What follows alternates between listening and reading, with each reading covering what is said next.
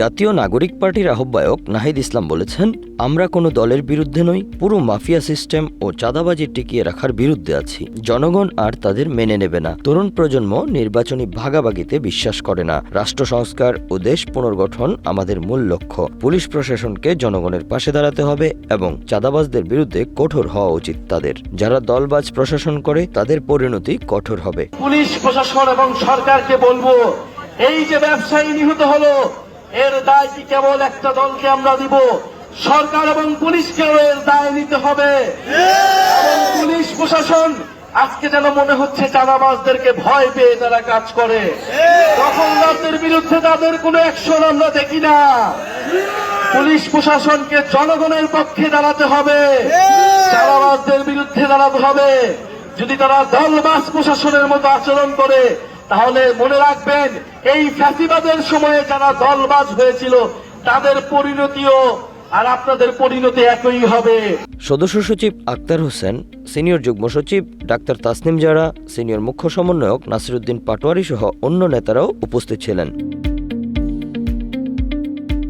Senior যুগ্ম আহ্বায়ক Ariful Islam Abid, NCP Bagerhat প্রধান সমন্বয়কারী সৈয়দ মোর্শেদ আনোয়ার, সিনিয়র যুগ্ম সদস্য সচিব সামান্তা শারমিন, যুগ্ম মুখ্য সংগঠক আব্দুল হান্নান মাসুদ, কেন্দ্রীয় যুগ্ম সংগঠক মোল্লা রহমতুল্লাহ ও অন্যান্যরা এই পথসভায় অংশগ্রহণ করেন। উত্তরাঞ্চলের মুখ্য সমন্বয়ক সার্জিস আলম বলেন, ২৪-এর অভ্যুত্থানের আকাঙ্ক্ষা এখনও পূরণ হয়নি। চাঁদাবাজদের উৎপাত কমেনি, তাই রাজপথ ছাড়ার এখন সময় নয়। ২৪-এর অভ্যুত্থানে যেই আকাঙ্ক্ষা নিয়ে আমরা রাজপথে নেমেছিলাম, সেই আকাঙ্ক্ষা এখনো পূরণ হয়নি, তাই রাজপথ ছাড়ার সময় এখনো হয়নি। চাঁদাবাজদের উৎপাত এখনো কমে নাই, বরং খুন খারাপি শুরু হয়েছে। পাথর দিয়ে থেতলে মারার মতো নাসিরউদ্দিন পাটোয়ারি জানান, কোনো বিদেশি শক্তি যদি ভূমি অধিগ্রহণ করতে চায়, জনগণ দুর্বার আন্দোলন গড়ে তুলবে। নতুন বাজার কোন বিদেশি শক্তি যদি এখানে আপনাদের ভূমির অধিগ্রহণ করতে গিয়ে আপনাদের ন্যায্য অধিকার থেকে আপনাদের বঞ্চিত করে, আপনারা ভবিষ্যতে দুর্বার আন্দোলন গড়ে তুলবেন। আমরা ঢাকা থেকে রামপাল আসার জন্য যতটুকু সময় পাবো, ততটুকুর মধ্যে আমরা রামপালে এসে উপস্থিত হব। আপনাদের যে কোনো ন্যায্য দাবির সাথে ঐক্যবদ্ধ থাকব এবং যদি কোনো রাজনৈতিক দল আপনাদের উপরে কোনো নিপীড়নের ছাড়া নিয়ে নামিয়ে আসে, আমরা ইনশাল্লাহ আপনাদের সাথে থাকব।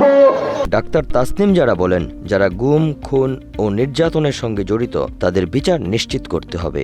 যারা এই গুম খুনের সাথে জড়িত, যারা আপনাদের সন্তানদেরকে, আপনাদের বাবাদেরকে, ভাইদেরকে, বোনদেরকে খুন করেছে, পঙ্গু করেছে, তাদের বিচার আমরা নিশ্চিত করেই ছাড়ব।